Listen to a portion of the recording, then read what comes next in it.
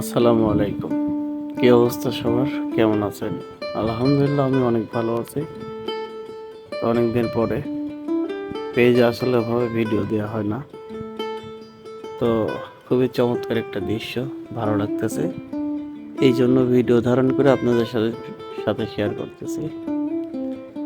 এখানে যে পাইপটি মানে বসানো হচ্ছে, এটা মূলতভাবে একটা স্যালো মেশিনের পাইপ ওয়াশ করা হচ্ছে আর কি। এখানে আমাদের ভাবে আজ থেকে 20-25 বছর হবে। আমার বাবার কথা অনুসারে বলতেছি, আমাদের একটা স্যালো মেশিন আর কি বসানো আছে, যেটা দিয়ে সাধারণত আমরা জমিতে সেচ দিই। ওই পাইপ আর কি স্যালো মেশিন বলে আমাদের আঞ্চলিক পাবনার ভাষায়।